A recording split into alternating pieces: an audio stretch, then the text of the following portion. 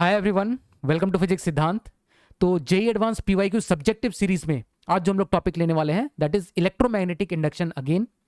तो इससे पहले हमारा 2 वीडियो ऑलरेडी आ चुका है जिसमें हमने सब्जेक्टिव के इससे पहले के सारे क्वेश्चंस कवर कर रखे हैं स्टार्टिंग फ्रॉम 1979।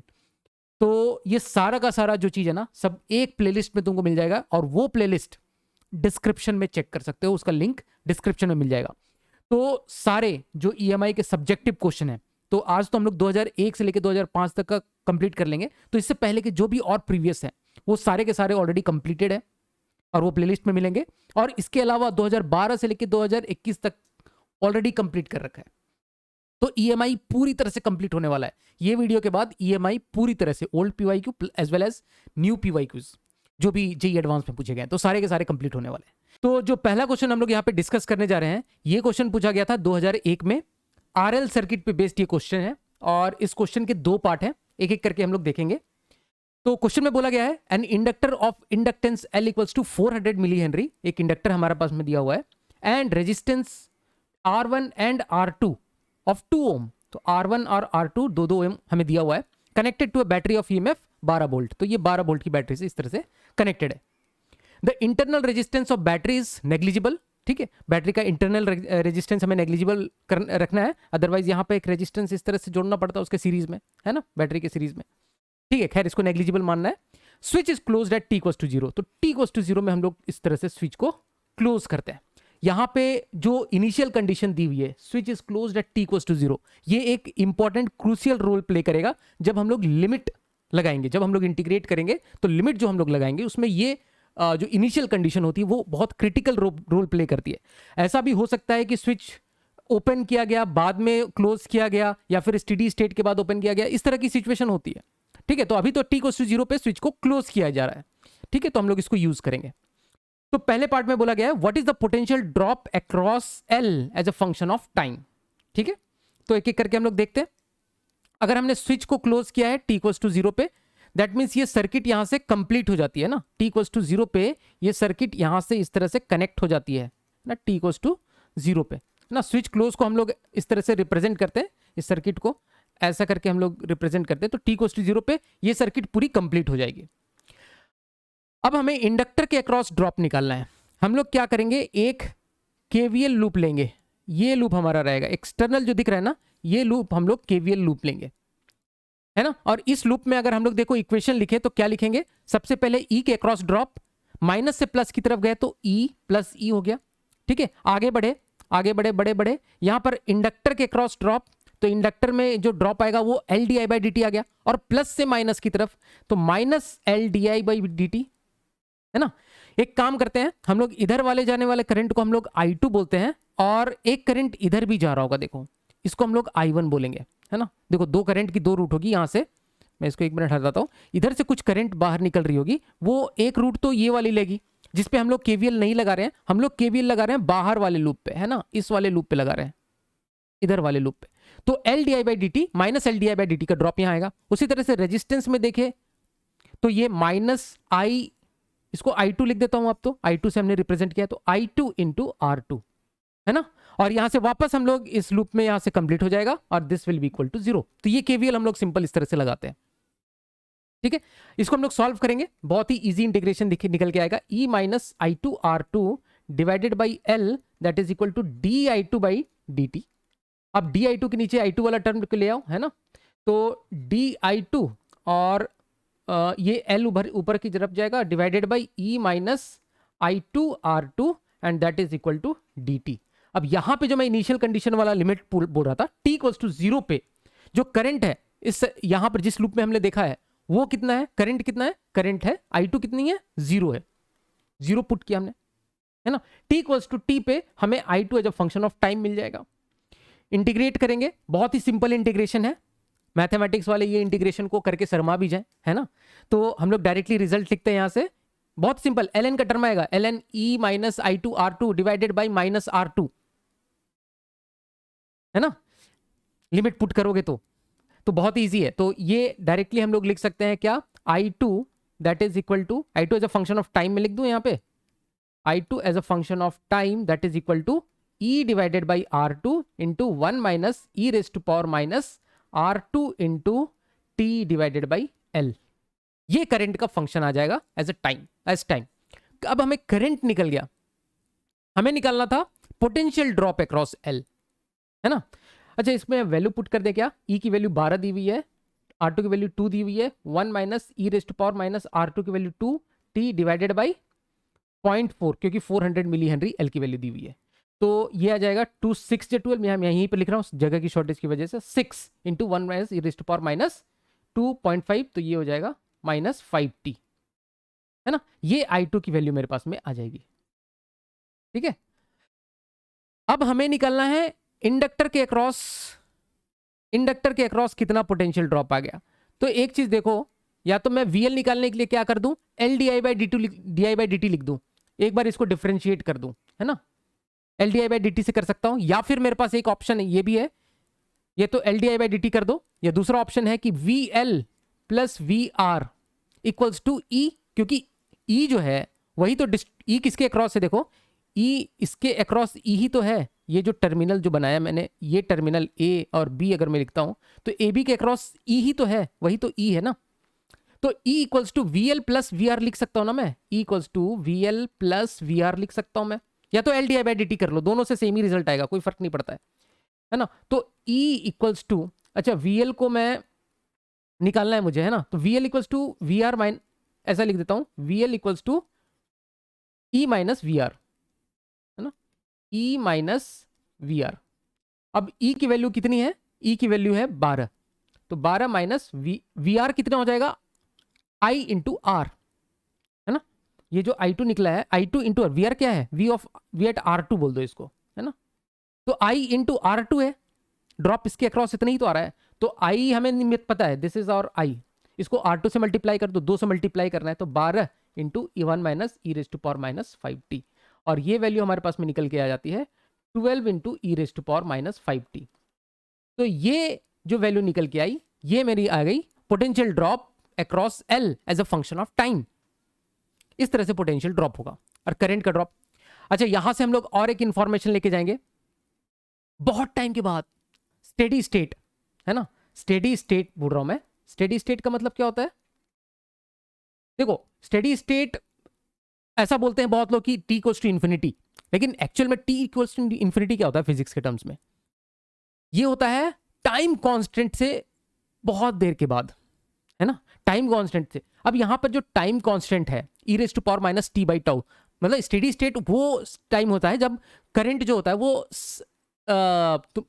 सैचुरेट हो जाता है। सैचुरेट मतलब क्या, एक वैल्यू को लगभग वो अचीव कर लेता है ना, सेटल हो जाता है, मतलब अब उसके साथ, अब टाइम के साथ उसकी जो वैल्यू है वो कंसिडरेबली चेंज नहीं होगी। अब जैसे एक्सपोनेंशियल एग्जांपल मैं बताता हूँ, एक्सपोनेंशियल अगर कुछ डीके होता है ना, इस तरह से डीके होता है, एक्सपोनेंशियली कोई फंक्शन इस तरह से डीके हो रहा है, तो एक टाइम के बाद क्या होगा, इसकी वैल्यू कंसिडरेबली चेंज नहीं होगी। टाइम अगर हम लोग चेंज करें, टाइम के साथ e raise to power minus T को अगर हम लोग चेंज करते हैं, तो टाइम के साथ अब कंसिडरेबली ये चेंज नहीं आ रहा है, तो ये स्टेडी स्टेट को अचीव कर गया, हम लोग ऐसा बोलते हैं, है ना। तो अगर हम लोग ध्यान से देखें यहाँ पे इस तरह की इक्वेशन अगर मेरे पास में, और मैं इसके स्टेडी स्टेट पे वैल्यू जानना चाहता हूँ, है ना, तो या तो ideally T equals to infinity यहाँ पर पुट कर सकते हैं हम लोग, और अगर हमें अंदर से पता है, अगर हम लोग फिजिक्स के स्टूडेंट हैं, हमें पता है कि टाइम कांस्टेंट जो है इसका L/R2, टाइम कांस्टेंट जो होता है सर्किट का L/R2 यहाँ इस केस में है, वो बहुत छोटा होगा, क्योंकि L बहुत छोटा है 400 मिली हेनरी, और R2 है हमारे पास में L/R2, बहुत छोटा टाइम कांस्टेंट है, तो ये वैल्यू बहुत जल्दी ही सेटल कर जाएगी, स्टेडी स्टेट को जल्दी रीच कर जाएगी। तो इन्फिनिटी का मतलब यहाँ पर, भले हम लोग यहाँ पर पुट कर रहे हैं इन्फिनिटी पे वैल्यू चेक करने के लिए, बट इन्फिनिटी का मतलब यहाँ पर इन्फिनिटी नहीं होगा फिजिकली, ओके। तो खैर ये मैंने जस्ट एक फिजिकल एक्सपीरियंस दे दिया इसमें। तो ये स्टेडी स्टेट में T इक्वल्स टू लगभग इन्फिनिटी हम लोग यहाँ पर पुट करेंगे, तो यहाँ पर जो करंट की वैल्यू होगी स्टेडी स्टेट में वो 6 एम्पियर फ्लो कर रही होगी, है ना, 6, यहाँ से देख सकते हो, एक्सपोनेंशियल वाला टर्म डीके होके 0 हो जाएगा। तो स्टेडी स्टेट में क्या क्या हो रहा होगा, देखो इधर से 6 एम्पियर इधर इस डायरेक्शन में फ्लो हो रहा होगा, सेटल हो गया होगा, करंट 6 एम्पियर फ्लो हो रहा होगा, और इसके थ्रू कितना फ्लो हो रहा होगा, तो ये स्विच उस समय जब क्लोज था स्टेडी स्टेट की कंडीशन में, यहाँ तो फिक्स है करंट, जैसे ही हमने स्विच क्लोज किया ना, यहाँ से ये जो करंट था ये तो फिक्स था, ये करंट तो कितना है E/R1 ही तो है, ये करंट कितना है, इधर वाला जो करंट है जो हमने बोला था, इसको I2 बोला था ना, इसको I2 बोला था, इसको I1 बोला था। तो I1 तो मेरा फिक्स था, दैट इज E/R1, जिसकी वैल्यू कितनी थी, E की वैल्यू 12 और R1 की वैल्यू 2, तो 6 एम्पियर इसका तो फिक्स है, 6 एम्पियर। I1 तो 6 एम्पियर फिक्स था, जैसे ही हमने स्विच कनेक्ट किया t=0 पे, ये 6 एम्पियर फिक्स हो गया। इधर वाला जो करंट है I2, ये टाइम के साथ वेरी किया, लेकिन स्टेडी स्टेट में ये आके 6 एम्पियर पे इस तरह से सेटल हो गया। अब हम लोग क्या करेंगे, अब पूछा गया है after the steady state is reached the switch is open. अब स्विच को ओपन किया जा रहा है, अब क्या होगा, तो अब ये होगा ये कि स्विच को हमने इस स्विच को ओपन किया। देखो एक सर्किट का जो पाथ बन रहा था वो इस तरफ से पाथ बन रहा था और इधर से ऐसा करंट जा रहा था जो I1 था, और I2 वाला जो करंट था वो इधर से इधर इस तरह से घूम के इस इधर से कंप्लीट हो रहा था, है ना, इस तरह का सिचुएशन था हमारे पास में। अब जैसे ही इधर वाला हमने इस स्विच को ओपन किया स्टेडी स्टेट के बाद, तो I1 का ये वाला जो फ्लो हो रहा था ये तो बंद हो गया, है ना, ये बंद हो गया, और I2 जो इस डायरेक्शन से फ्लो हो रहा था अब उसका पाथ चेंज हो जाएगा, अब वो एक्चुअल में फ्लो होने लगेगा, ये जो I2 है वो अब इस डायरेक्शन में फ्लो होने वाला रहेगा। एक चीज यहां पर ये समझो कि जो इंडक्टर होता है वो एक ऐसा कंपोनेंट होता है जो अपने थ्रू फ्लक्स के चेंज को अपोज करेगा, इंस्टेंटेनियसली उसके थ्रू फ्लक्स चेंज नहीं हो सकता है। दैट मीन्स यहां पर फ्लक्स मतलब फ्लक्स देने वाला कौन, करंट। तो करंट जो है रेजिस्टेंस के थ्रू तो इंस्टेंटेनियस वो चेंज हो सकता है, बट कभी भी इंडक्टर के through instantaneous change of current नहीं हो सकता है।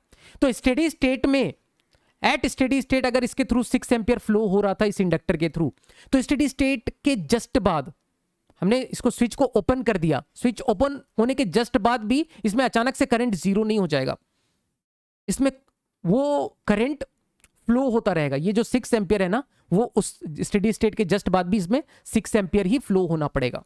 ये खास बात होती है क्योंकि फ्लक्स के चेंज को रेजिस्ट करता है, ये इंडक्टर अपोज करता है, जबकि रेजिस्टेंस नहीं करता है।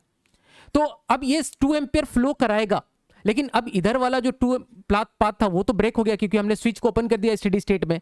तो अब ये 2 एम्पियर को फ्लो कराना चाहेगा इस पाथ से, इसलिए यहां से इस तरह से फ्लो हो रहा है। ये जो 6 एम्पियर था, जो 6 एम्पियर जो था, ये I2 को इस तरफ से फ्लो कराना चाहेगा।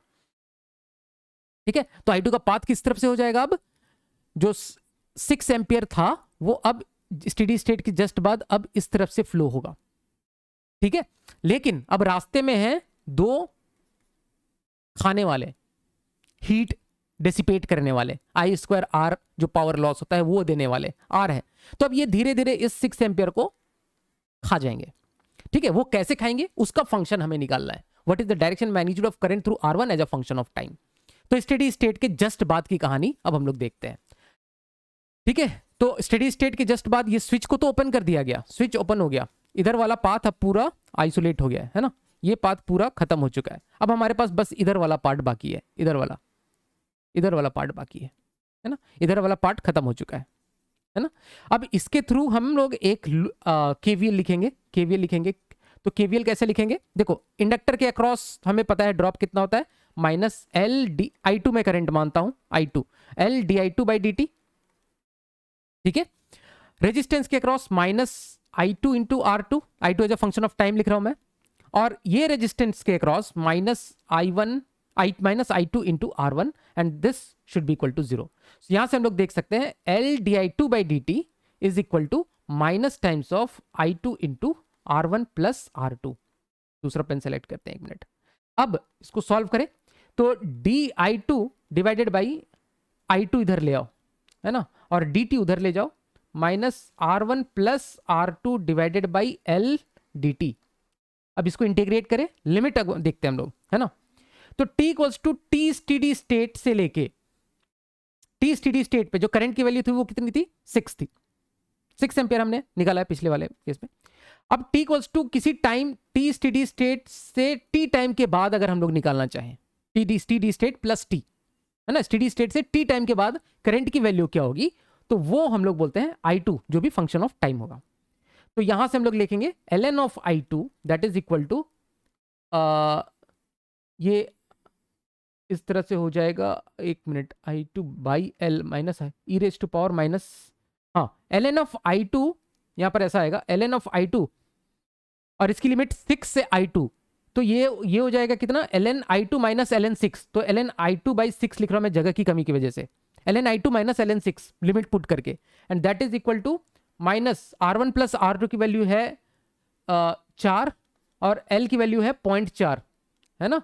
इस तरह से सिचुएशन आएगा मेरे पास भी इस तरह का, है ना। 4 अपॉन 0.4 को मैं डायरेक्टली 10 लिखता हूँ जगह की कमी की वजह से, और I2 की वैल्यू आ जाएगी हमारे पास में 6 into E raise to power minus, ये टी भी आएगा, dt है ना, इंटीग्रेट करके माइनस 10t। तो ये करंट मेरे पास में as a function of time इस लूप में आएगा। तो हमें पूछा गया था R1 के थ्रू करंट, है ना, तो R1 के थ्रू भी वही करंट है जो L के थ्रू है, वही R2 के थ्रू है, वही R1 के थ्रू है। तो ये करंट आएगा आफ्टर स्टेडी स्टेट किसी टाइम t पे, ठीक है। तो इस तरह से इस क्वेश्चन को हम लोग अप्रोच कर सकते हैं। अब जो इसमें हम लोग नेक्स्ट क्वेश्चन डिस्कस करने जा रहे हैं, ये क्वेश्चन पूछा गया था 2002 में, बढ़िया क्वेश्चन है। क्वेश्चन में बोला गया है a rectangular loop PQRS made from a uniform wire has length a and width b। तो हमारे पास में एक रेक्टेंगुलर लूप हम लोग यहां पर देख सकते हैं जो कि एक यूनिफॉर्म वायर से बनाया गया है, और इसका लेंथ है दैट इज a और विड्थ इसकी है b, और इसका मास है m। It is free to rotate about the arm PQ के अबाउट ये फ्री टू रोटेट है, ठीक है, फ्री टू रोटेट है, और which remains hinged along the horizontal line taken as the y axis। ये तो यहाँ इसमें इस horizontal line में ये इस तरह से hinged रहता है। Take the vertically upward direction as z axis, है ना, तो ये हमारे पास में वर्टिकली अपवर्ड डायरेक्शन है, और PQRS कैसे प्लेन में है, हॉरिजॉन्टल प्लेन में रखा हुआ है ना। z एक्सिस इसका वर्टिकल है, डाउनवर्ड माइनस z, ठीक है। Take the vertical area, a uniform magnetic field B equals to 3ik plus 4k B not exist in the region. The loop is held in XY plane, इसको इस तरह से hold करके इस तरह से रखा जाता है, और current I is pass through it, इसमें करंट फ्लो कराया जाता है। अब हमें करंट की डायरेक्शन पता नहीं कि किस डायरेक्शन में फ्लो करा गया है।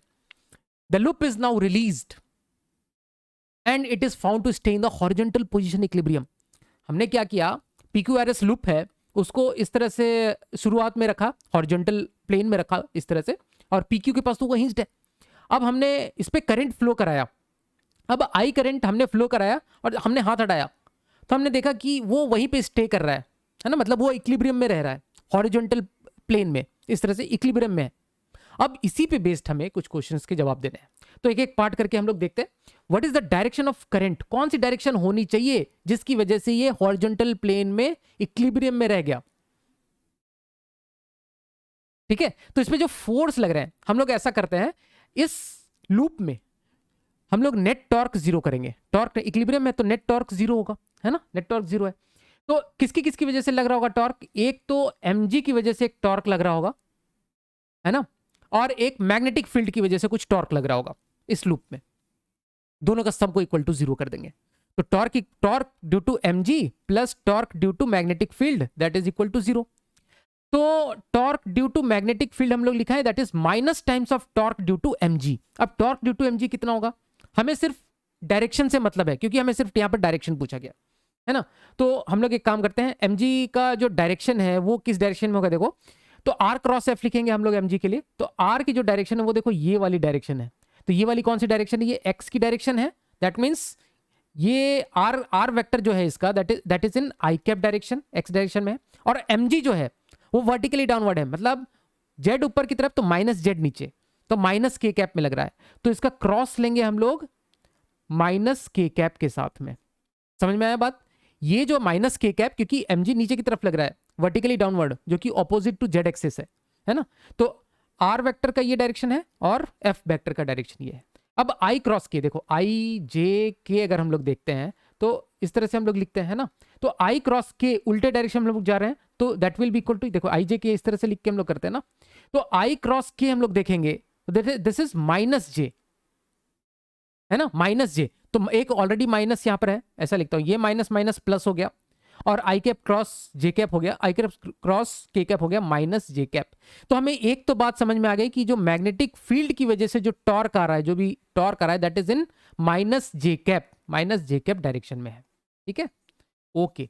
अब ये माइनस जे कैप डायरेक्शन हमें समझ में आ गया, और मैग्नेटिक फील्ड की जो डायरेक्शन दी हुई है वो दी हुई है, देखो यहाँ पे magnetic field 3i cap plus 4k cap दिया हुआ है, 3i cap plus 4k cap B not, हमें तो बस बी नॉट तो कांस्टेंट है, हमें तो बस डायरेक्शन से मतलब है। अब हम लोग मैग्नेटिक फील्ड का टॉर्क निकाले कैसे, है ना। तो torque due to magnetic field किसी भी इस तरह से लूप में हम लोग कैसे निकालते हैं, हम लोग लिखते हैं M cross B, magnetic moment उसका इनटू बी। तो मैग्नेटिक मोमेंट क्या होता है, एन आई एरिया वेक्टर हम लोग इस तरह से लिखते हैं, और इसका लेते हैं हम लोग क्रॉस मैग्नेटिक फील्ड से। सिंपल है, कुछ बड़ी बात नहीं है इसमें। अब नंबर ऑफ टर्न्स इस लूप में तो एक ही है ना, एक ही लूप है। तो I area vector cross B vector. अब एरिया वेक्टर कैसे निकाले, है ना। तो देखो, अगर देखो कुछ इस तरह की लूप रहती है और इस तरह से अगर करंट इस तरह से फ्लो हो रहा है, इसी प्लेन में मान रहा हूं, तो जो एरिया वेक्टर है वो हम लोग अपनी उंगलियों को कर्ल करके हम लोग क्या बोलेंगे, ये बाहर की तरफ होगी, पॉजिटिव एरिया वेक्टर। उसी तरह से करंट अगर मेरा उल्टे डायरेक्शन में है, इस तरह डायरेक्शन में, अपनी उंगलियों को कर्ल करेंगे और ये बाहर जाता अंदर जाता हुआ दिखेगा, तो ये क्रॉस में इस तरह से हम लोग निकालते हैं। अब यहां पर हमें इसका तो पता है, इसका जो डायरेक्शन है वो पता है, टॉर्क जो वेक्टर है मैग्नेटिक फील्ड की वजह से जो वेक्टर है टॉर्क वेक्टर, उसका डायरेक्शन पता है। तो एक काम करेंगे, इसमें हम लोग ऐसा बोल सकते हैं आई इंटू एरिया, पहले मैग्नेटिक फील्ड एरिया वेक्टर को वैसे ही रहने दो, क्रॉस मैग्नेटिक फील्ड का लिख लेते हैं 3 आई कैप प्लस 4 के कैप के साथ हमें इसका क्रॉस लेना है ना, बी नॉट, इसके साथ क्रॉस लेना है। अब एरिया वेक्टर की डायरेक्शन क्या क्या हो सकती है, देखो अगर लूप में करंट इस तरह से फ्लो हो, इस तरह से फ्लो हो, है ना, इस तरह से फ्लो हो, तो एरिया वेक्टर किस डायरेक्शन में आएगी, माइनस के कैप डायरेक्शन में, नीचे की तरफ, है ना, नीचे की तरफ माइनस के कैप में। और अगर उल्टे डायरेक्शन में फ्लो हो तो प्लस के कैप, है ना। तो अगर इसकी जो डायरेक्शन हो सकती है, जो करंट की डायरेक्शन है, या तो उल्टी होगी या तो सीधी होगी, या क्लॉकवाइज होगी, एंटी क्लॉकवाइज होगी, दैट मीन्स इसका जो एरिया वेक्टर है उसका डायरेक्शन या तो प्लस के कैप होगा या माइनस के कैप, इन दोनों में से एक चीज होना पड़ेगा, है ना। अब जो भी हो उसका हम लोग अगर के कैप के साथ अगर क्रॉस लेंगे तो वो तो ऐसे ही मरने वाला है, के कैप के साथ कोई कैप, के कैप माइनस के कैप के साथ क्रॉस लो के कैप का, या प्लस के कैप के साथ, वो तो ऐसे भी जीरो होने वाला है। तो हमें इससे मतलब नहीं है, हमें टर्म इस टर्म से मतलब है, इन दोनों का जो क्रॉस प्रोडक्ट होना चाहिए वो किधर होना चाहिए, माइनस जे कैप में होना चाहिए। तो क्या होना चाहिए यहां पर, एरिया वेक्टर अगर के कैप होगा, के कैप डायरेक्शन में तो के क्रॉस आई करेंगे तो वो जे कैप हो जाएगा, तो के कैप में नहीं होगा, ये हमें चाहिए माइनस जे कैप। तो ये एरिया वेक्टर इस तरह से हम लोग बोल सकते हैं, उसकी जो डायरेक्शन होगी वो कितनी होगी, कौन से डायरेक्शन में होगी, माइनस के कैप में। तभी तो माइनस के कैप का अगर हम लोग क्रॉस लेंगे आई कैप के साथ, है ना, तो वो क्या हो जाएगा, माइनस जे कैप, और हमें वही चाहिए, माइनस जे कैप चाहिए। ठीक है, तो माइनस के कैप, तो माइनस के कैप के लिए इसमें करंट किस तरह से फ्लो होनी पड़ेगी, इसी डायरेक्शन में, क्योंकि अपनी उंगलियों को कर्ल करो राइट हैंड की, है ना, इसके करंट के डायरेक्शन में। तो थंब जो है वो हमें नीचे की तरफ पॉइंट करता दिखेगा, है ना, जो कि माइनस के कैप डायरेक्शन होगा, माइनस जेड एक्सिस का डायरेक्शन होगा। तो इस तरह से इसका हम लोग डायरेक्शन निकाल सकते हैं। तो ए पार्ट यहां से हम लोग सॉल्व कर लिया। बी पार्ट में बोल रहा है find the magnetic force on arm R S. तो देखो करंट, हमने करंट की डायरेक्शन तो निकाल ली, इस तरह से होगी करंट की direction. Magnetic force on R S बोल रहा है ना। तो क्या होता है magnetic force, F be on R S, F on R S लिख देता हूं मैं, मैग्नेटिक है, ठीक है, मैग्नेटिक फील्ड ही लिख, मैग्नेटिक फोर्स लिख दो, magnetic force on R S equals to I into L cross B, ऐसा हम लोग लिखते हैं। और एल की डायरेक्शन क्या होती है, आई के डायरेक्शन में एल की डायरेक्शन होती है। तो आई हमें दिया हुआ है ना, आई दिया हुआ है। एल वेक्टर हम लोग देख सकते हैं यहां पर, एल वेक्टर किसी आई वेक्टर के डायरेक्शन में होगा, है ना। आर एस में किस डायरेक्शन में होगा, इधर है वाई कैप, तो उल्टे डायरेक्शन में क्या है, minus Y cap. Minus Y cap मतलब क्या, माइनस जे कैप। तो ये एल वेक्टर है माइनस जे कैप डायरेक्शन में, और इसका मैग्नीट्यूड कितना है, बी, तो B J minus B J cap, ठीक है, वाई डायरेक्शन से उल्टा डायरेक्शन में। और इसका क्रॉस हम लोग लेंगे, बी वेक्टर का डायरेक्शन हमें पता है 3 आई कैप प्लस 4 के कैप, 3 आई कैप प्लस 4 के कैप, और इंटू बी नॉट भी है ना, इंटू बी नॉट। तो I into L cross B, ठीक है। तो बी नॉट और आई तो कांस्टेंट है, बाहर निकाल दो, है ना। और ये बी चलो अंदर ले लेते हैं। तो जे कैप के साथ आई कैप, यहाँ लिख लो आई जे के, इस तरह से कर लो, तुम्हारे लिए आसान रहेगा, है ना।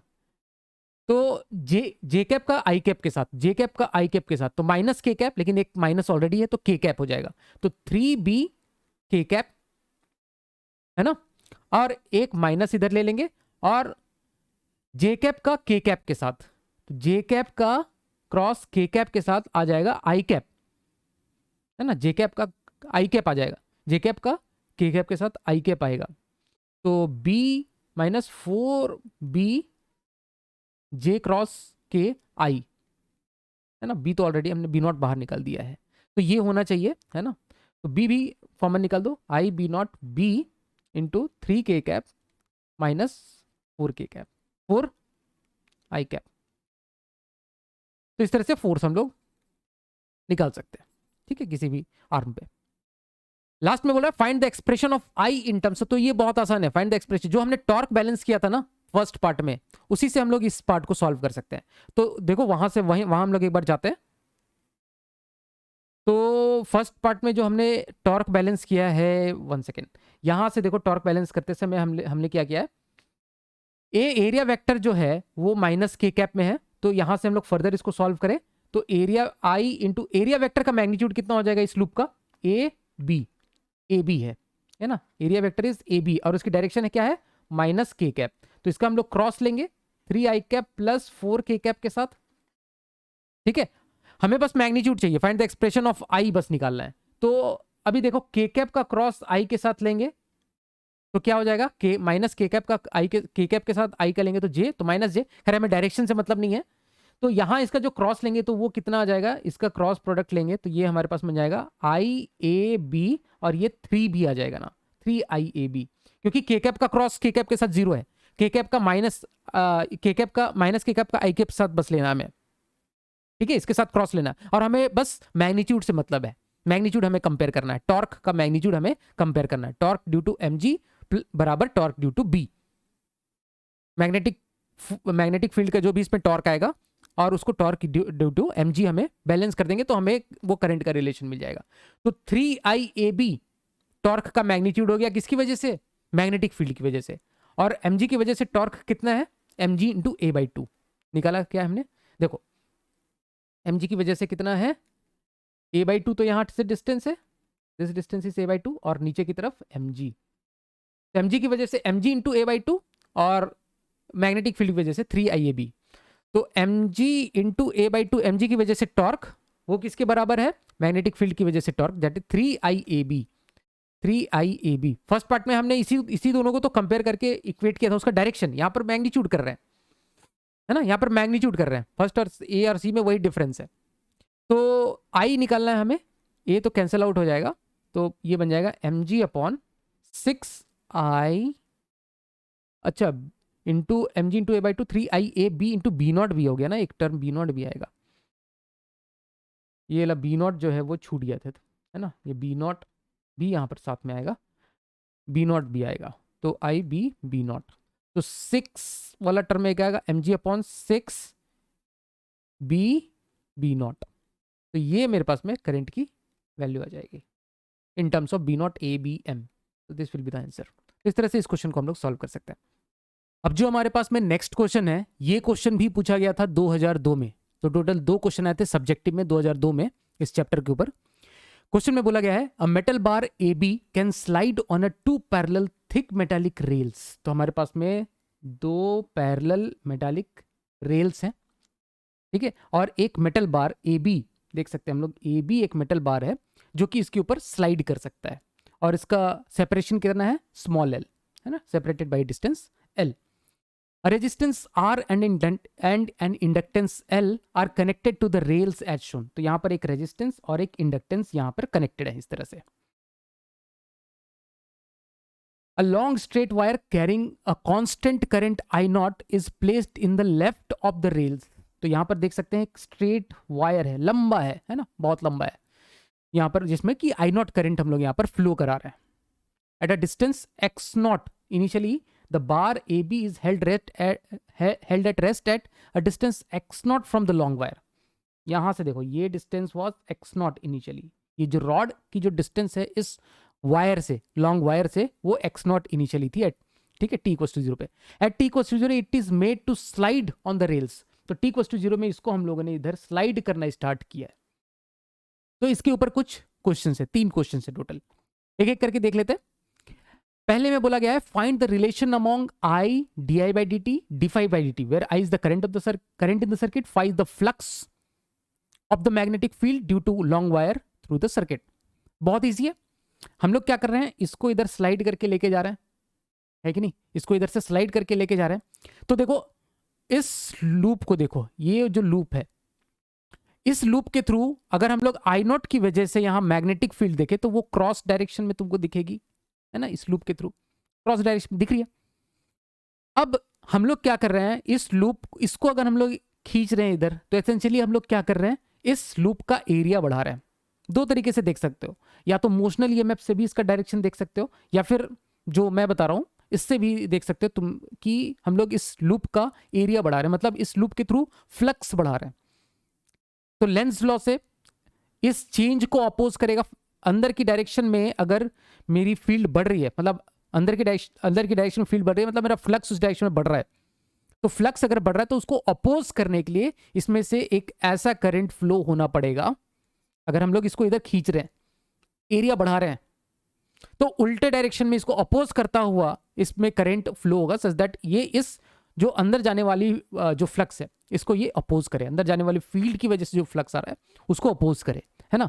तो करंट की डायरेक्शन हम लोग देख लिया। अगर हम लोग इस रॉड को इस डायरेक्शन में मूव करते हैं तो एक्चुअली क्या हो रहा है, ये वाला एरिया बढ़ता जा रहा है ना यार, ये वाला एरिया बढ़ रहा है, तो उसको अपोज करने के लिए इस डायरेक्शन में करंट फ्लो होगी। चलो इतनी बात समझ में आती है। अब इस डायरेक्शन में करंट फ्लो होने के लिए जो ईएमएफ इसमें इंड्यूस होगा वो कुछ इस तरह से होगा, ईएमएफ, और उसकी वैल्यू हम लोग लिख पाएंगे D phi by D T, है ना, D phi by D T लिख सकते हैं।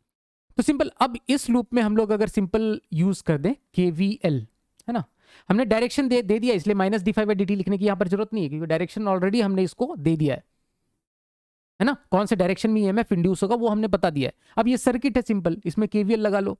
तो माइनस से प्लस की तरफ गए हम लोग, इधर से जा रहे हैं लूप, इस लूप में जा रहे हैं, माइनस से प्लस की तरफ जा रहे हैं, तो E that is equal to, अब आगे बढ़े बढ़े यहां पर प्लस से माइनस की तरफ करंट ऐसी फ्लो हो रही है ना, प्लस से माइनस की तरफ, और I करंट फ्लो हो रही है, तो I इंटू आर, ऐसा लिखो E minus I into R, फिर आगे बढ़े प्लस से minus L D I by D T, तो minus L D I by D T that is equal to 0, और E की वैल्यू पुट कर देते हैं हम लोग D phi by D T that is equal to I into are plus L D I by D T.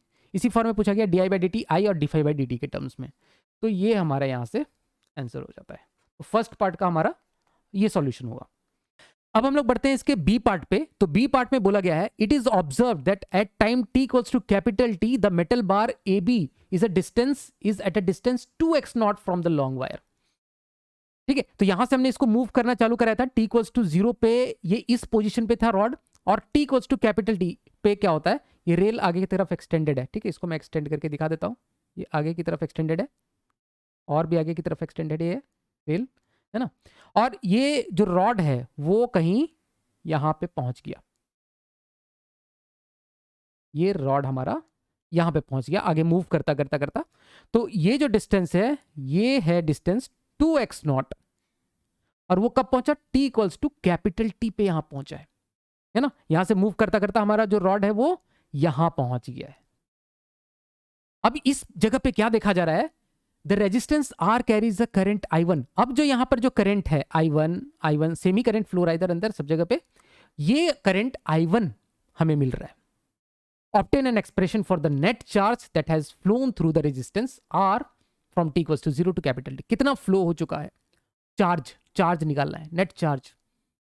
तो हम लोग सेम इक्वेशन यूज करेंगे, D phi by D T equals to, हम जो जनरल हमने लिखा था D phi by D T equals to I R plus L D I by D T, ये हमारा हमने जनरल इक्वेशन लिखा था।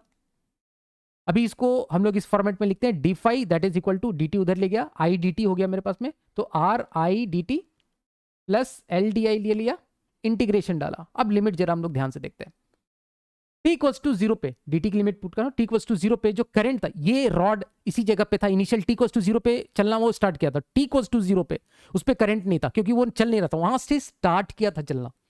तो t इक्वल्स टू 0 पे उसके पास जो करंट थी वो कितनी थी, 0। t equals to capital T पे उसके पास करंट हमें इस क्वेश्चन में दिया हुआ है I1। इसकी चर्चा करते हैं हम लोग फ्लक्स की, पहले इधर वाला पार्ट देख लेते हैं।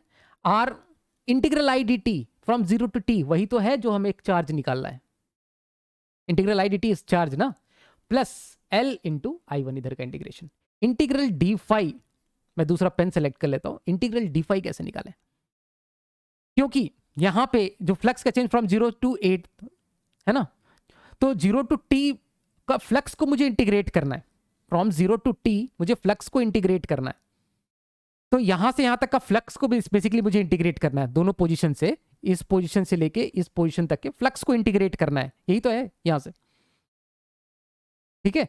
तो हम लोग क्या करते हैं, एक स्ट्रिप लेते हैं यहां से बीच में, क्योंकि हर जगह पे देखें, किसी भी x डिस्टेंस पे हम लोग बात करें, एक मिनट में यहां से ये हटाता हूं, किसी भी x डिस्टेंस को हम देखें यहां से, एक dx विड्थ का एलिमेंट अगर हम लोग सेलेक्ट करें, तो इस जगह पे हर एक x पे जो मैग्नेटिक फील्ड है वो चेंज हो रही है, तो फ्लक्स बेसिकली क्या है, बी डी ए है हमारे पास में, है ना, बी और डी ए, क्योंकि दोनों पैरेलल हैं बी और डी ए, तो इसलिए बी डी ए हो जाएगा बी डॉट डी ए। अब इस जगह पे फ्लक्स अगर मुझे निकालना है, छोटा सा फ्लक्स डी फाई मुझे निकालना है ना, तो वो हम लोग क्या करेंगे, बी इंटू डी ए हो जाएगा, और इसकी वैल्यू कितनी होगी, बी की value, magnetic field x distance पे इस करंट कैरिंग वायर की वजह से कितना हो जाएगा, म्यू नॉट आई नॉट दिया हो ना, आई नॉट बाई 2 पाई एक्स, इतनी तो हो गई मैग्नेटिक फील्ड, और एरिया कितना है यहां पर, ये देखो, ये लेंथ तो फिक्स है हमारे पास में, ये लेंथ एल है ना, हाँ एल डी एक्स, और ये एक्स कहां से कहां तक वेरी कराएंगे हम लोग, एक्स नॉट से लेके 2x0 तक, तो ये वाला पार्ट हमारा इंटीग्रल डी फाई निकल के आ जाएगा। तो इंटीग्रल डी फाई जो कि हमने बी डी ए लिखा था यहाँ पर, है ना, इंटीग्रल डी फाई ही है, that is equal to mu not I not L by 2 pi, ये तो मेरा फिक्स हो गया, L N of 2x0 minus L N x0, limit put करेंगे, L N of 2x0 minus x0, L N of 2x0 minus L N x0, that is L N 2 simple, that is L N 2x0 by x0 हो जाएगा ना, तो that is L N 2, जगह की कमी की वजह से मैं ये लिख रहा हूँ बस डायरेक्टली, है ना, एल एन 2, तो ये वैल्यू आ गई। अब इसको हम लोग यहाँ पर पुट कर देंगे इस जगह पे, दूसरा पेन सेलेक्ट कर लेता हूँ, एक मिनट, चलो रेड ले लेते हैं, रेड ले लिया जाए, क्या लिया जाए, चलो पीला लेते हैं, तो ये वैल्यू हो गई mu not I not L divided by 2 pi L N 2, that is equal to R Q plus L I 1, तो यहाँ से मेरे पास में मुझे क्या निकालना था, यहाँ से क्यू निकालना है, तो एक बार क्या हम करेंगे हम लोग, एल आई 1 को मैं उधर ले जाता हूँ, एल आई 1 को माइनस लेके उधर ले जाता हूँ, minus L I 1 that is equal to R Q, ये था माइनस उधर ले गया, और आर से मैं, क्यू रहने दो, आर से मैं इधर डिवाइड कर देता हूँ, ठीक है। तो ये हमारे पास में क्यू की वैल्यू, जगह की कमी की वजह से मैंने सारा कैलकुलेशन यहाँ पर कर दिया, सिंपल सा कैलकुलेशन है। तो ये जो चार्ज है इस तरह से हम लोग निकाल सकते हैं, तो बी पार्ट इस तरह से हम लोग इसको सॉल्व कर सकते हैं।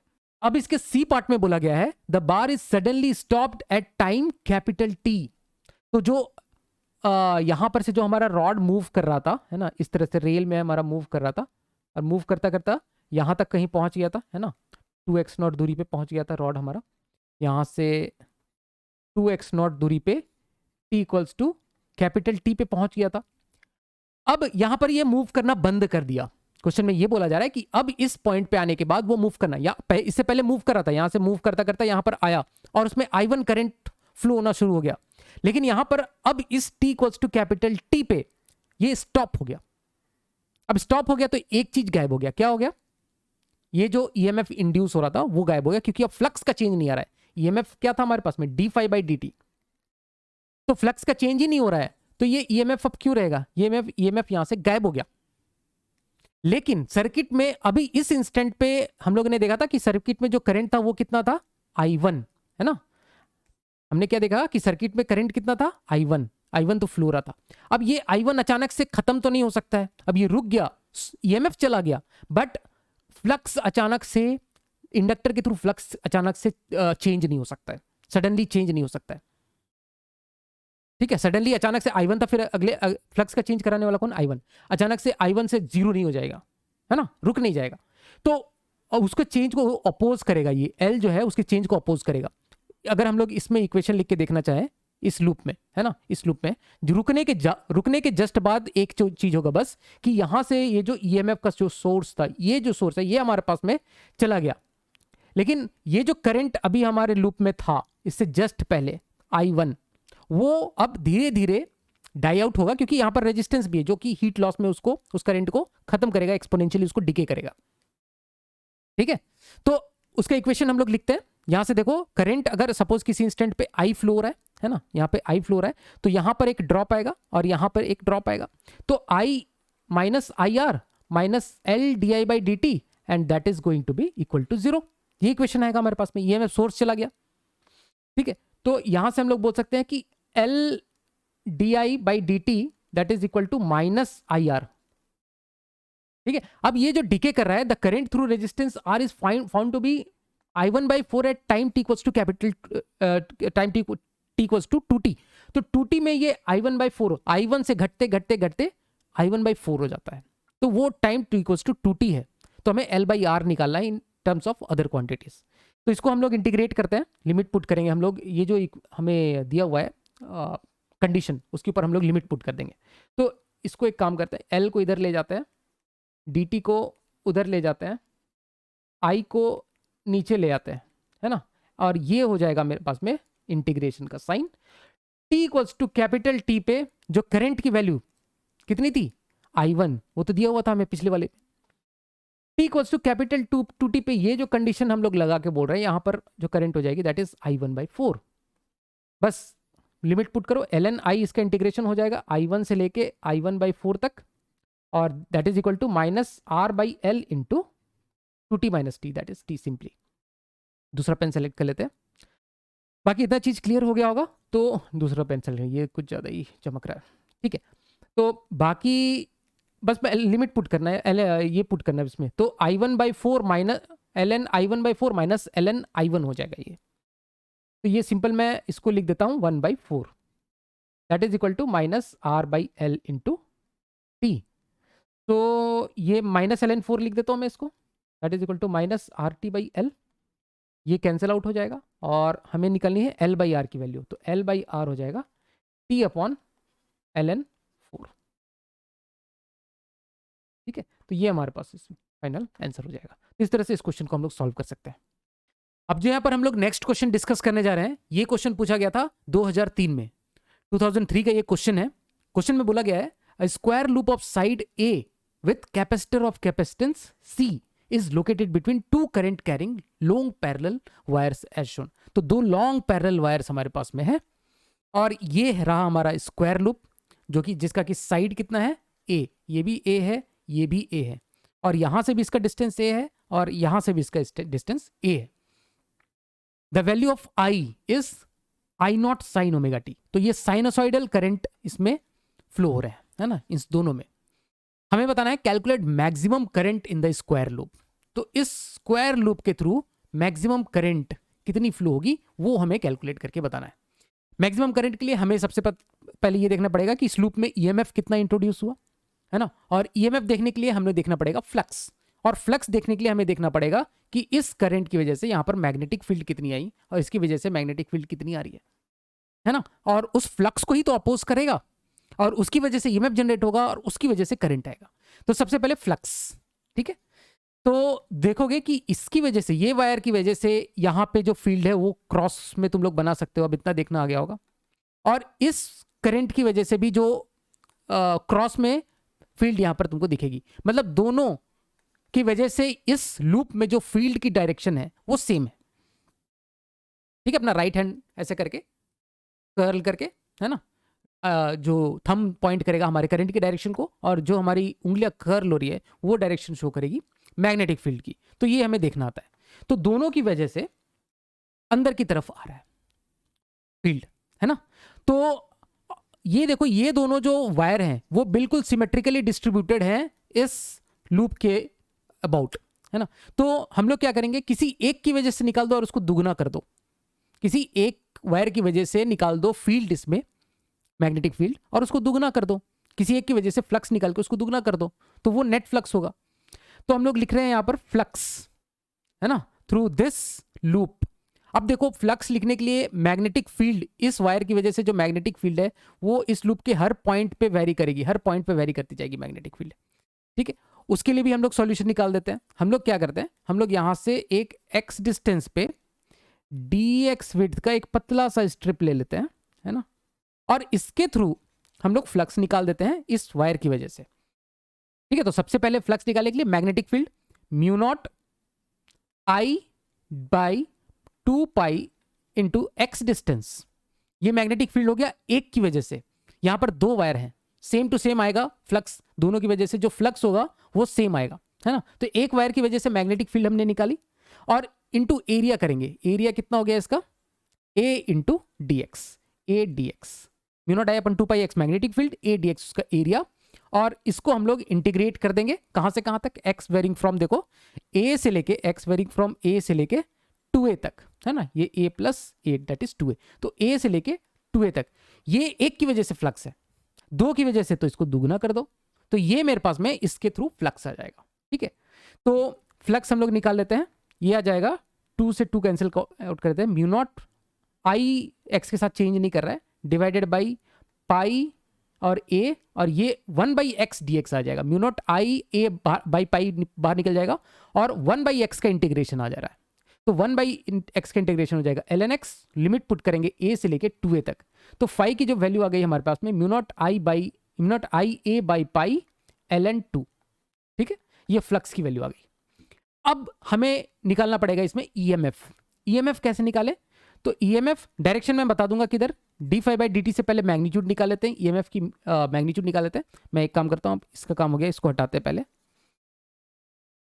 डायरेक्शन में बता देता हूँ। यहां से देखो, इन दोनों की वजह से फील्ड का डायरेक्शन कैसा था, क्रॉस क्रॉस, दोनों वायर की वजह से, तो इसमें ऐसा करंट फ्लो होगा सच दैट वो बाहर की तरफ उसकी मैग्नेटिक फील्ड आएगी। तो करंट ऐसा फ्लो होना पड़ेगा जिसकी वजह से अपना हाथ को कर्ल करके तुम बाहर की तरफ मैग्नेटिक फील्ड बता सकते हो इस करंट की वजह से। तो जो इंड्यूस्ड करंट होगा वो इस डायरेक्शन में होगा। मैं एक बार दूसरे पेन से दिखा देता हूं।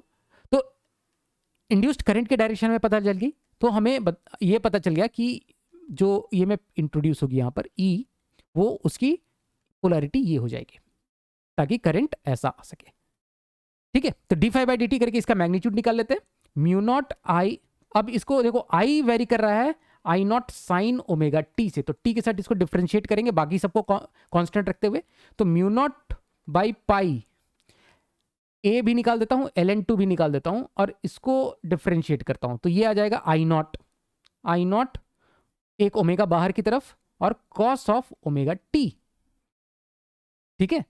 थोड़ा इसको रीअरेंज कर लेते हैं, this is D phi by D T, mu not I not को एक साथ क्लब कर लेता हूं मैं, mu not I not omega ए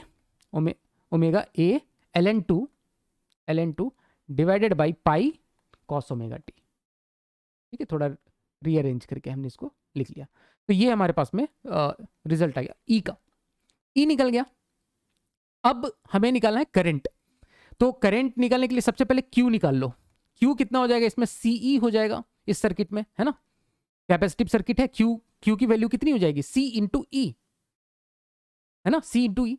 तो यहां पर से देखो सी की वैल्यू सी दी हुई है और इसके मल्टीप्लाई कर देते हैं सिंपल, तो C mu not I not omega A ln 2 divided by pi cos of omega T, ये मेरे पास में क्यू आ गया। और करंट निकालना है, एक बार डिफरेंशिएट कर दो, D Q by D T, तो ये आ जाएगा, एक बार डिफरेंशिएट करने पे बस ये टर्म डिफरेंशिएट होगा, बाकी सब तो कांस्टेंट है, ओमेगा एक बाहर निकल जाएगा और एक ओमेगा बाहर निकल जाएगा। अच्छा, कॉस का हमने डिफरेंशिएट कर दिया, ठीक है, तो ओमेगा एक बाहर निकल जाएगा, तो और एक माइनस साइन भी आएगा, माइनस साइन ओमेगा टी आएगा, तो माइनस एक बाहर निकालेंगे और ओमेगा एक मल्टीप्लाई कर दूंगा मैं, omega square A ln 2 divided by pi sine of omega T, तो D Q by D T ये आ गया। तो मैक्सिमम करंट हम लोग बता सकते हैं, है ना, maximum current in the square loop, तो उसका बस हम लोग यहाँ पर से ये ले लेते हैं मैग्नीट्यूड।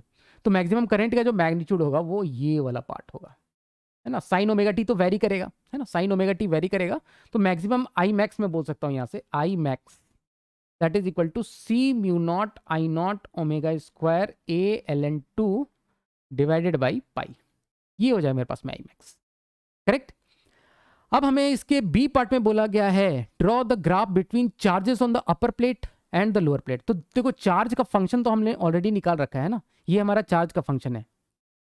देखो यहाँ पर हमने चार्ज ऑलरेडी निकाला, एक कॉस का फंक्शन दिख रहा है ना, ये जो चार्ज है ये एक कॉस का फंक्शन दिख रहा है, ठीक है। समथिंग, इसको हम लोग बोल सकते हैं something Q not cos omega T, ये फंक्शन है मेरा चार्ज का, है ना, this is the function of charge.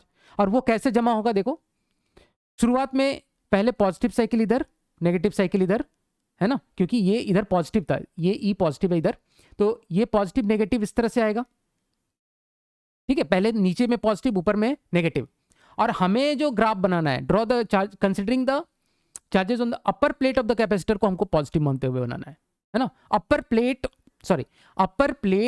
के चार्ज के रेफरेंस में हमें बनाना है। अपर प्लेट को draw the graph between charges on the upper plates of the capacitor versus time. तो स्टार्टिंग में जो इसकी अपर प्लेट जो थी वो कैसी थी, अपर प्लेट देखो, अपर प्लेट इस तरह की पोलैरिटी अगर ईएमएफ करेगा तो अपर प्लेट किस तरह की पोलैरिटी आएगी, अपर प्लेट में नेगेटिव पोलैरिटी है ना।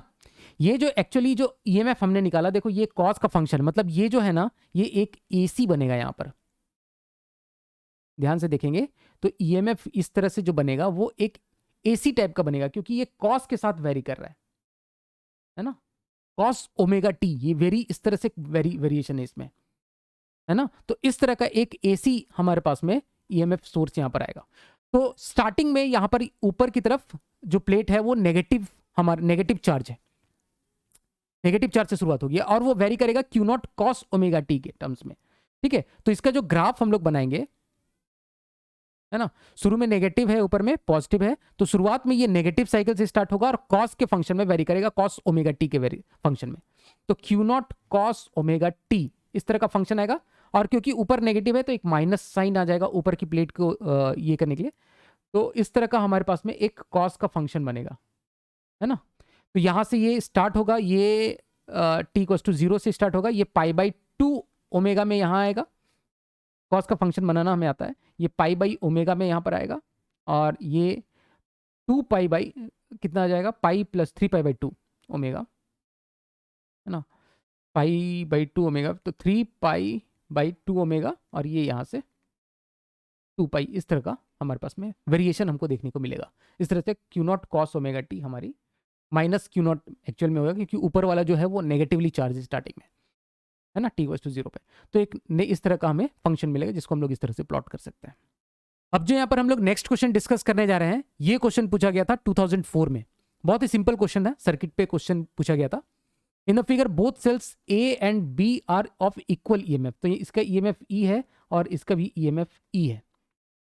फाइंड आर की ऐसी वैल्यू हमें फाइंड आउट करनी है for which potential difference across battery A will be 0, battery A के बीच का यहाँ पर जो पोटेंशियल डिफरेंस है वो 0 हो जाए।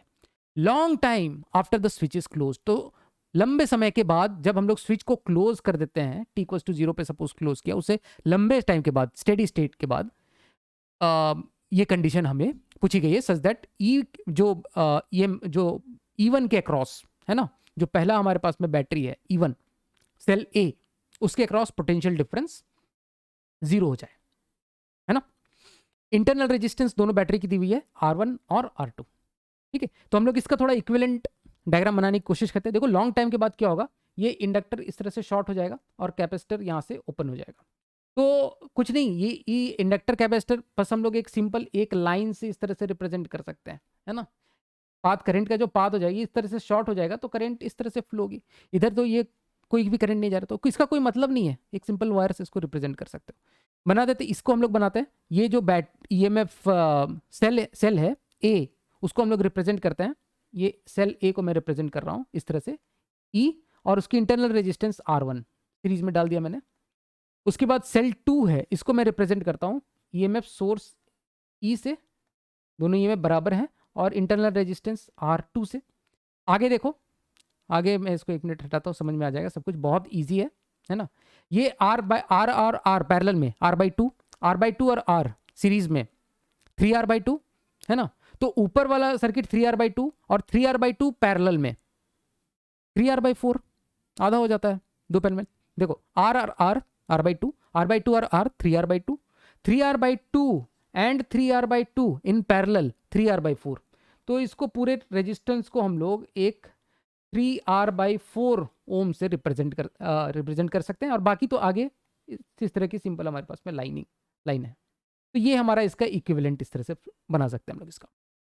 अब हमें बोला गया है जो बैटरी है, सेल ए है ना, इसके अक्रॉस पोटेंशियल डिफरेंस 0 है, ये हमें करना है। तो सपोज यहां पर ये सब कुछ जोड़ने के बाद जो करंट है इस लूप में वो आई है ना। तो आई है तो हम लोग इधर से इधर चलते हैं, है ना, यहां से लेके पॉइंट ए से लेके सपोज पॉइंट बी तक हम लोग चलते हैं। तो हम लोग क्या बोलेंगे, ई, यहां से नेगेटिव से plus positive, E minus IR1 इतना ड्रॉप हुआ ए टू बी में, विच इज इक्वल टू 0। तो ई बराबर IR1 हो जाएगा। तो यहां से मैं आई की वैल्यू निकाल सकता हूं, दैट इज E/R1, है ना। एक तो मैं ये डाल देता हूं। अब इस पूरे लूप में मैं एक काम करता हूं, KVL डाल देता हूं। KVL डाल या फिर एक काम करो, KVL डालने से अच्छा करंट डायरेक्टली निकाल सकते हैं ना इस पूरे लूप में, KVL भी डाल के निकाल सकते हो डायरेक्टली। मैं इस लूप में ये निकाल देता हूं, टोटल करंट निकाल देता हूं। कैसे, देखो ये EMF सोर्स दोनों सीरीज में है, तो E इक्विवेलेंट कितना हो गया, E इक्विवेलेंट मेरे पास में 2E हो गया। और रेजिस्टेंस कौन कौन से सीरीज में है, R1, R2 और 3R/4 सीरीज में है। तो R इक्विवेलेंट कितना हो गया, R1 plus R2 plus 3R/4। तो यहाँ से मैं करंट निकाल सकता हूँ E equivalent by R equivalent से, 2E divided by R1 plus R2 plus 3R/4। अब ये जो करंट हमने निकाला है और ये दोनों बराबर है, ठीक है, दोनों को इक्वेट कर देते हैं। तो E/R1 which is equal to 2E divided by R1 plus R2 plus 3R/4। तो यहां से E कैंसिल आउट हो जाएगा और ये बन जाएगा 2R1 that is equal to R1 plus R2 plus 3R/4, है ना। और ये R1 इधर लेके आएंगे, तो ये R1 को अगर हम इधर उठा के लेके आएंगे तो ये R1 बन जाएगा, है ना। और R2 को उधर लेके जाता हूँ जगह की कमी की वजह से, R1 माइनस R2 हो जाएगा ये। और 4/3 को भी मैं उधर ले जाता हूँ, है ना, ये 4/3। तो ये मेरे पास में R की वैल्यू निकल के आ जाती है ना। ये हमारे पास में R की वैल्यू निकल के आती है। और हम लोग देख सकते हैं यहाँ जो कंडीशन दी हुई है, R1 is greater than R2, ये होना पड़ेगा, अदरवाइज ये R की नेगेटिव वैल्यू आ जाएगी, ठीक है। तो ये हमारे पास में फाइनल आंसर हो जाता है, ठीक है। मेरी चाय बन चुकी है, मेरी बीवी मुझे बुला रही है, इसलिए मुझे फटाफट ये क्वेश्चन सॉल्व करना पड़ा। तो वेलकम बैक, मेरा तो चाय हो चुका है, बट इस क्वेश्चन को देखते हुए मुझे लगता है कि तुम्हें भी चाय की जरूरत पड़ेगी, ठीक है। बहुत अपने कान, आँख, नाक सब कुछ खोल के रखना, इस क्वेश्चन को समझते हैं हम लोग। तो क्वेश्चन में बोला गया है a long solenoid of radius A and number of turns per unit length N। तो हमारे पास में एक सोलेनॉइड दिया हुआ है, यहाँ से देख सकते हैं ये सोलेनॉइड है और बहुत लंबा सोलेनॉइड है ना। हमें टेंशन लेने की जरूरत नहीं है। लंबा सोलेनॉइड बोलने का ये मतलब होता है ना कि जैसे ही लंबा सोलेनॉइड बोलते हैं ना, फील्ड हम लोग यहाँ पर इसके अंदर जो है ना वो यूनिफॉर्म मान सकते हैं, यूनिफॉर्म फील्ड, मैग्नेटिक फील्ड, है ना। जैसे ही लंबा बोला हम लोग इस तरह से यूनिफॉर्म मैग्नेटिक फील्ड मान सकते हैं। अदरवाइज हमारे पास में क्या होता है कि यहाँ पर एंड में ना ये फील्ड इस तरह से होती है ना, इस तरह से घूमेगी। तो हमें ये नहीं चाहिए, हमें बिल्कुल चाहिए लंबा, हमारे पास में इस तरह का सोलेनॉइड है, तो लंबी सोलेनॉइड है, तो इस तरह की यूनिफॉर्म हमें बीच में फील्ड मिलती है μ0 Ni के बराबर में, ठीक है। नंबर ऑफ टर्न्स N है और I इसके थ्रू करंट है। अब ये जो बोल रहा है, इसमें बोल रहा है इसकी जो रेडियस है ये कितनी दी हुई है, A रेडियस की है, और इसको इनक्लोज किया गया है बाय ए सिलेंड्रिकल शेल। तो हम लोग देख सकते हैं एक सिलेंड्रिकल शेल है हमारे पास में बाहर, इस तरह से सिलेंड्रिकल शेल, यहां पर से यहां से लेके नीचे तक इस तरह से सिलेंड्रिकल शेल से इसको इनक्लोज किया गया है, ठीक है। और इस सिलेंड्रिकल शेल की जो थिकनेस है D that is less than R, है ना। यहाँ ये जो डिस्टेंस यहाँ देखो इसके सेंटर से इसका जो डिस्टेंस है that is R, capital R, and D is less than R। तो हम लोग समझेंगे क्या इसका हम लोग क्या उपयोग कर सकते हैं D लेस देन R का। एंड लेंथ L, और इसकी जो लेंथ है ना that is given as L। तो ये हमारे पास में इंफॉर्मेशन है। अब इसके through variable current I flow करा जाता है, इस सोलेनॉइड के थ्रू जो करंट है that is I0 sine of omega t, इसके थ्रू फ्लो कर रहा है। Resistivity of the material of cylinder जिस मटेरियल का बना है उसकी रेजिस्टिविटी रो बताई गई है। Find the induced current in the cell, बढ़िया सवाल है ना। इस शेल में इंड्यूस्ड करंट कितनी होगी वो हमें फाइंड आउट करना है। सबसे पहले हम लोग अपने जनरल जो फ्लक्स हम लोग निकालते हैं, तभी हम लोग डिफाई बाय dt से ईएमएफ निकालेंगे, फिर उसके थ्रू करंट निकालेंगे, ये करेंगे हम लोग। तो सबसे पहले देखते हैं फ्लक्स किसकी वजह से आ रहा है। ध्यान से देखो, फ्लक्स इसकी वजह से, यहाँ से ये जो सोलेनॉइड है उसकी वजह से यहाँ पर इस तरह से मैग्नेटिक फील्ड होगी, है ना। ठीक है, सपोज यहाँ से इस डायरेक्शन में करंट फ्लो हो रही है, तो मैग्नेटिक फील्ड हम लोग कुछ इस तरह से बनाते हैं। ठीक है, तो अब ये जो मैग्नेटिक फील्ड है, this magnetic field can be written as B equals to mu naught into N into I. यहाँ तक कोई तकलीफ नहीं है ना, अंदर यहाँ पर फील्ड है। अब इसकी वजह से जो फ्लक्स होगा वो कितना हो जाएगा, बी डॉट ए, है ना। तो बी इंटू ए सिंपल हो जाएगा, परपेंडिकुलर है। ए कितना है इसका, देखो इसकी रेडियस ए दी हुई है, यहाँ इसकी जो रेडियस है वो ए दी हुई है, तो into pi A square. So this is the flux. ठीक है, अब हमें निकालना है ईएमएफ, ईएमएफ इंड्यूस होगा। ठीक है, तो इसमें ऐसा ईएमएफ इंड्यूस होके इस तरह से करंट फ्लो होगा सच दैट वो इसको अपोज करेगा, है ना। ये जो फ्लक्स है, फ्लक्स का चेंज, क्योंकि आई जो है यहाँ पर टाइम के साथ चेंज हो रहा है, इसकी वजह से फ्लक्स चेंज हो रहा है, तो फ्लक्स के चेंज को अपोज करेगा। मैं मैग्नीट्यूड बस लिख रहा हूँ, है ना, मैग्नीट्यूड वाइज बस यहाँ पर लिख रहा हूँ d phi by D t ना। डायरेक्शन तो क्योंकि ये चेंज होता रहेगा, ये साइन ओमेगा टी का फंक्शन है, तो डायरेक्शन उल्टा उल्टा होता रहेगा। हम लोग बस यहाँ मैग्नीट्यूड अभी डाल रहे हैं, है ना, क्योंकि करंट का हमें मैग्नीट्यूड बस पूछा गया है। यहाँ पे डायरेक्शन मतलब किस सेंस में फ्लो कर रहा है वो नहीं पूछा गया है, आई नो करंट का क्या ही डायरेक्शन होगा। D by D t of phi, इसको एक बार डिफ्रेंशिएट करेंगे तो mu naught N I into pi A square. तो देखो इसमें बाकी ईएमएफ में फिर से लिखता हूँ, ईएमएफ इक्वल्स, इसमें बाकी म्यू नॉट एन पाई ए स्क्वायर, ये सब तो कांस्टेंट टर्म है। D I by D T हमें बेसिकली करना है ना। तो D I by D T अगर हम लोग करें तो mu naught N pi A square, I not यहाँ से कांस्टेंट बाहर निकाल दो, है ना, और साइन ओमेगा टी को डिफरेंशिएट करें टी के टर्म्स में तो ओमेगा बाहर निकाल दो और कॉस ओमेगा टी का टर्म हमारे पास में हो जाएगा। तो ये हमारे पास में ईएमएफ निकल के आ जाता है ना, दिस इज द ईएमएफ। अब मैं थोड़ा सा इसको एक बार हटाता हूँ यहाँ से, कुछ चीज़ें हम लोग यहाँ समझने की कोशिश करते हैं। करंट की डायरेक्शन क्या होगी और ईएमएफ किस सेंस में यहाँ पर आ रहा है। देखो, अगर मान लो किसी टाइम पे मैग्नेटिक फील्ड ऊपर, क्योंकि चेंज हो रहा है, डायरेक्शन ऊपर नीचे हो रहा है, क्योंकि करंट का डायरेक्शन चेंज हो रहा है, तो किसी मोमेंट पे अगर ऐसा होता है, मैग्नेटिक फील्ड ऐसी होती है, तो इसको चेंज अपोज करने के लिए, इसको अपोज करने के लिए इसमें जो करंट है वो इस डायरेक्शन में फ्लो होगी, है ना, ताकि वो नीचे की तरफ उसका आएगा इफेक्ट, है ना। और किसी मोमेंट में अगर ऐसा हो कि नीचे फील्ड जो है वो करंट ऐसी हो कि फील्ड का डायरेक्शन नीचे की तरफ ऐसा हो जाए, तो उसमें जो करंट है वो इस तरह, इस सेंस में फ्लो होगा इसमें, है ना, ऐसे इस तरह से फ्लो होगा। तो करंट जो है वो बेसिकली इसमें जो शेल है उसमें जो करंट का जो फ्लो होगा वो इस तरह से होगा, इसमें इस तरह के लूप्स में यहाँ पर करंट फ्लो होगा, है ना, इस तरह से, इस सेंस में करंट फ्लो होगा। और पूरे में हर जगह पे यहाँ पर बहुत सारे लूप्स बना सकते हैं, हर एक लूप मतलब इस ऐसे करते करते पूरे सिलेंडर में, है ना, हर जगह पे, है ना, इस तरह से सर्कुलर लूप्स में इस तरह से करंट फ्लो होगा। ठीक है, अब ये करंट फ्लो को हमको निकालना है, तो जरा ध्यान से देखो, इसका अगर हम लोग रेजिस्टेंस निकालना चाहें, रेजिस्टेंस, तो क्या हम लोग निकाल सकते हैं। रेजिस्टेंस क्या होता है, रो एल बाई ए। तो रो तो हमें पता है, इसकी रेजिस्टिविटी पता है, दैट इज रो। लेंथ, किस लेंथ में फ्लो हो रहा है, और क्रॉस सेक्शन एरिया। तो जरा इसका क्रॉस सेक्शन एरिया को समझने की कोशिश करो, है ना, क्रॉस सेक्शन एरिया को समझते हैं। ये देखो, ये एक इस तरह का क्रॉस सेक्शन, मतलब ये इस तरह से फ्लो रहा है ना, ये इधर से जा रहा है करंट, इस तरह से फ्लो रहा है, इस तरह से ऐसा फ्लो रहा है ना। एक यहाँ पर इस जगह को अगर हम लोग पकड़े तो देखोगे कि ऊपर से नीचे तक पूरा फ्लो रहा है, पूरे में फ्लो रहा है ना, पूरे में फ्लो रहा है।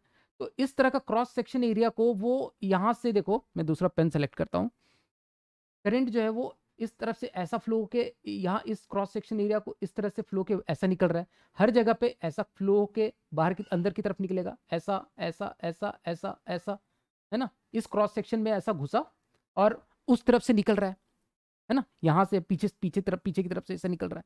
तो जो क्रॉस सेक्शन जिसमें से कि करंट फ्लो हो रहा है ना, वो क्रॉस सेक्शन हमें ये देखने को मिलेगा। देखो, ये वाला क्रॉस सेक्शन से फ्लो हो रहा है, कहीं पे भी देख सकते हो, इस तरफ देख सकते हो, करंट इधर जो आ रहा है वो इस तरफ निकल रहा होगा, है ना। तो ये वाला क्रॉस सेक्शन हम लोग यहाँ पर देख सकते हैं, ऐसा कोई सा भी एक क्रॉस सेक्शन ले सकते हैं, है ना, इस तरह से क्रॉस सेक्शन हमारा ना, इस तरह से, और यहाँ से सारी करंट बाहर निकल रही होगी, है ना, यहाँ से करंट बाहर निकल रही होगी, अगर तुम लोग समझ पा रहे होगे, यहाँ से फिर इस तरह से फ्लो रही होगी। कहीं पे भी हम लोग बना सकते हैं, मैंने एक छोटा सा एक जगह बस बना के दिखा दिया है, तुम कहीं कोई सा भी क्रॉस सेक्शन ले सकते हो। कोई सा भी क्रॉस सेक्शन, एक ऐसा क्रॉस सेक्शन भी ले सकते हो, ऐसा क्रॉस सेक्शन भी ले सकते हो। अब अगर तुमको समझ पा रहे हो तो ये क्रॉस सेक्शन जो है, इस क्रॉस सेक्शन को अगर एरिया निकलना चाहे तो वो कितना, देखो ये लेंथ तो L है, this length is L and this is D, तो L इंटू डी मेरे हिसाब से यहां पर एरिया आ जाएगा, L इंटू डी इस क्रॉस सेक्शन एरिया में। ठीक है, ये समझ पा रहे होगे। लेंथ कितने लेंथ में फ्लो हो रहा है, मैं एक बार दूसरा पेन सेलेक्ट कर लेता हूँ। लेंथ ये यहां से लेके यहां तक सबके लिए यही लेंथ है ना, सारे लूप के लिए यही करंट यही लेंथ है। दैट इज ये कितना लेंथ है, यहां से r डिस्टेंस है, तो ये this is length is 2 pi r into 2 pi r। अब यहां पे जो अप्रोक्सीमेशन है d लेस देन r वाला है ना, d लेस देन r वाला क्या अप्रोक्सीमेशन है मैं बताता हूं, एक minute. d less than r मतलब हम लोग मान रहे हैं कि ये जो लेंथ है, ऐसा बहुत सारे लूप होंगे है ना, ऐसे बहुत सारे चिपक के बहुत सारे अंदर वाले लूप है, बाहर वाले लूप है, इसके अंदर बहुत सारे ऐसे लूप होंगे जिसमें करंट फ्लो रहा होगा। अब मैं सबके लिए ये जो लेंथ है ना, एक ऐसा देखो कि इसके लिए भी 2 पाई आर बोल रहा हूँ, इसके लिए भी 2 पाई आर बोल रहा हूँ मैं, है ना, ये लेंथ को भी मैं 2 पाई आर बोल रहा हूँ, जबकि एक लेंथ हो जाएगा 2 पाई आर और दूसरा लेंथ हो जाएगा अंदर वाले का 2 पाई आर हो जाएगा, बाहर वाले का 2 pi into are plus d, ऐसा है ना, सबके लिए अलग अलग होगा लेंथ, लेकिन मैं सबका लेंथ सेम मान रहा हूँ क्योंकि ये जो डी है वो लेस देन आर में कंसिडर करके चल रहा हूँ, है ना। तो यहाँ पर ये अप्रोक्सीमेशन हमारा यहाँ पर यूज हो जाएगा और ये मेरे पास में रेजिस्टेंस की वैल्यू आ जाएगी। ठीक है, अब इसमें रेजिस्टेंस आ गया मेरे पास, तो मुझे करंट निकालना, induced current, that is E divided by R. E मेरी हो गई mu naught N pi A square I not omega cos of omega T divided by R is rho into 2 pi R और L D ऊपर जाएगा, L into D. तो ये कुल मिला के मेरे पास में करंट की वैल्यू आ गई, तो this is the value of induced current. ठीक है, तो ये इसका आंसर हो जाएगा। इस तरह से इस क्वेश्चन को हम लोग सॉल्व कर सकते हैं। तो होप तुम्हें सारे क्वेश्चन बहुत अच्छे तरीके से समझ में आए होंगे। फिर भी कुछ डाउट रह जाता है तो कमेंट सेक्शन में लिखना, मैं सारे कमेंट्स अच्छे तरीके से पढ़ता हूँ और सबका रिप्लाई भी करता हूँ। तो जो भी डाउट हो कमेंट सेक्शन में लिखो, या फिर हमारा टेलीग्राम ग्रुप है उसका लिंक डिस्क्रिप्शन में दिया हुआ है, वो ज्वाइन कर सकते हो, वहां पर हम लोग 1-to-1 इंटरेक्ट करेंगे। और वीडियो को लाइक जरूर करना अगर यहाँ तक तुमने देखा है, मतलब वीडियो को लाइक करना तो बनता है क्योंकि बहुत ज़्यादा मेहनत लगती है यार, है ना, अपने जो normal day to day life से टाइम निकाल के और इस तरह के वीडियो बनाने, एक तो सारा कंटेंट रेडी करने के लिए और ये पूरा सेटअप करके जो बनाने के लिए काफ़ी मेहनत लगती है। तो लाइक किए बिना वापस मत जाना, है ना, लाइक करके जाओ। और अगर कुछ फीडबैक रहता है तो फीडबैक भी कमेंट सेक्शन में तुम लिख सकते हो। और इसी तरह से हम लोग आगे जो भी सब्जेक्टिव क्वेश्चन है वो कवर करते जाएंगे। ईएमआई के अभी तक जो भी क्वेश्चन सब्जेक्टिव पूछे गए हैं वो हमने टोटल 3 वीडियो में सारे सब्जेक्टिव क्वेश्चंस कवर कर लिए अप टू 2005। इसके बाद से सब्जेक्टिव क्वेश्चन फिर आया नहीं, है ना। तो ईएमआई के सारे सब्जेक्टिव क्वेश्चन हमने कवर कर लिए हैं जो ओल्ड पीवाईक्यूज है। तो चलो हम लोग फिर मिलते हैं नेक्स्ट वीडियो में एक नए टॉपिक के साथ, नए पीवाई की वीडियो के साथ। तो बताना कमेंट सेक्शन में कि अगला हम लोग कौन सा वीडियो ले, कौन सा चैप्टर का वीडियो ले। हालांकि बहुत सारे मेरे पास फीडबैक आए हैं, फिर भी तुम्हारा जो फीडबैक रहेगा, अगर मुझे ज़्यादा लोगों का मिले कि इस पर्टिकुलर टॉपिक का हम लोगों को पहले कवर करना है या ये चैप्टर पहले हमें कंप्लीट करना है, तो हम लोग वो पहले कंप्लीट करेंगे, फिर हम लोग फिर दूसरे चैप्टर को टारगेट करेंगे। चलो यार, इसी के साथ हम लोग वीडियो को एंड करते हैं। Thank you so much.